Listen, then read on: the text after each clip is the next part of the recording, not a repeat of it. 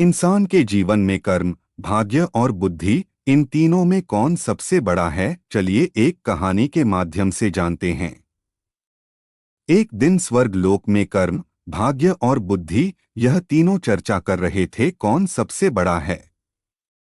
कुछ दिन बीत गए लेकिन फिर भी यह तीनों इस बात का निर्णय नहीं कर पाए कि कौन बड़ा है।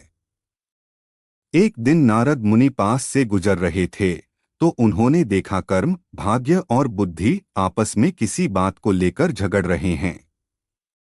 तो नारद मुनि तीनों के पास गए और पूछा, आप तीनों किस बात पर इतना झगड़ रहे हो?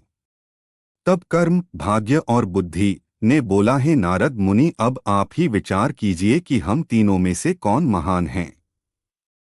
नारद मुनि हंसते हुए कहा, ठीक है, लेकिन इसके लिए आप तीनों को पृथ्वी लोक में जाना होगा और 1 सप्ताह तक साधारण इंसान के साथ रहना होगा। आप तीनों में से जिसके प्रभाव से उस इंसान का भला होगा उसी को महान घोषित किया जाएगा। यह सुनकर तीनों पृथ्वी लोक में जाने के लिए राजी हो गए। जब तीनों पृथ्वी लोक में आए तो उन्होंने जंगल में एक गरीब इंसान को पेड़ काटते हुए देखा। उन तीनों को लगा यही सही इंसान है जिसके शरीर में प्रवेश कर हम अपनी महानता सिद्ध कर सकते हैं।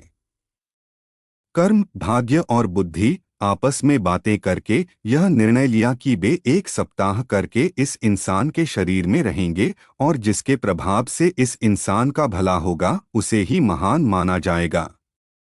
इस कहानी को पढ़ने के बाद को भी पढ़े। कर्म बोला, सबसे पहले मैं जाऊंगा और उस इंसान का भला करूंगा। कर्म उस इंसान में प्रवेश करते ही उसका कर्म क्षमता दुगना हो गया और वो प्रतिदिन जितना लकड़ी काटता था उससे ज्यादा काटने लगा। यह देखकर वह इंसान बहुत खुश हुआ। पहले से ज्यादा लकड़ी तो वह काट लेता था, लेकिन वह उतना ही लकड़ी बाजार ले जाकर बेच पाता था जितना कि वह पहले बेचता था, क्योंकि ज्यादा लकड़ी ले जाने के लिए उसके पास कोई सामान नहीं था। इसी तरह 7 दिन तक उसमें ज्यादा लकड़ी तो काट लिया लेकिन उन सब को बेच नहीं पाया और उसकी हालत में कोई सुधार नहीं आया। 7 दिन बाद कर्म उसके शरीर से बाहर आ गया और निराश होकर स्वर्ग चला गया। यह देखकर भाग्य बोला, कर्म तो उसको धनवान नहीं बना सका, अब मैं उसको धनवान बनाऊंगा।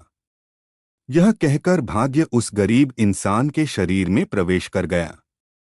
भाग्य के शरीर में प्रवेश करने के कुछ देर बाद जंगल में उस गरीब इंसान को बहुत सारा धन मिला। उस धन को पाकर वह खुशी से झूमने लगा। धन को कैसे संभाल कर रखते हैं और कैसे सही जगह पर उपयोग करते हैं इसका ज्ञान उसको नहीं था और उसने सारा धन खर्च कर दिया। 7 दिन बाद भाग्य भी उसका साथ छोड़ दिया और निराश होकर स्वर्ग चला गया। बुद्धि ने भाग्य से कहा, देखना मैं कैसे इसको धनवान बनाता हूं। बुद्धि उस इंसान के मस्तिष्क में प्रवेश करते ही उसको ज्ञान की प्राप्ति हुई। उसने अपनी कुल्हाड़ी की धार तेज की और जंगल चला गया लकड़ी काटने। आज उसने पिछले दिन से कुछ ज्यादा लकड़ी काटी और सारे लकड़ी को एक रस्सी से बांधकर खींचते हुए बाजार ले गया।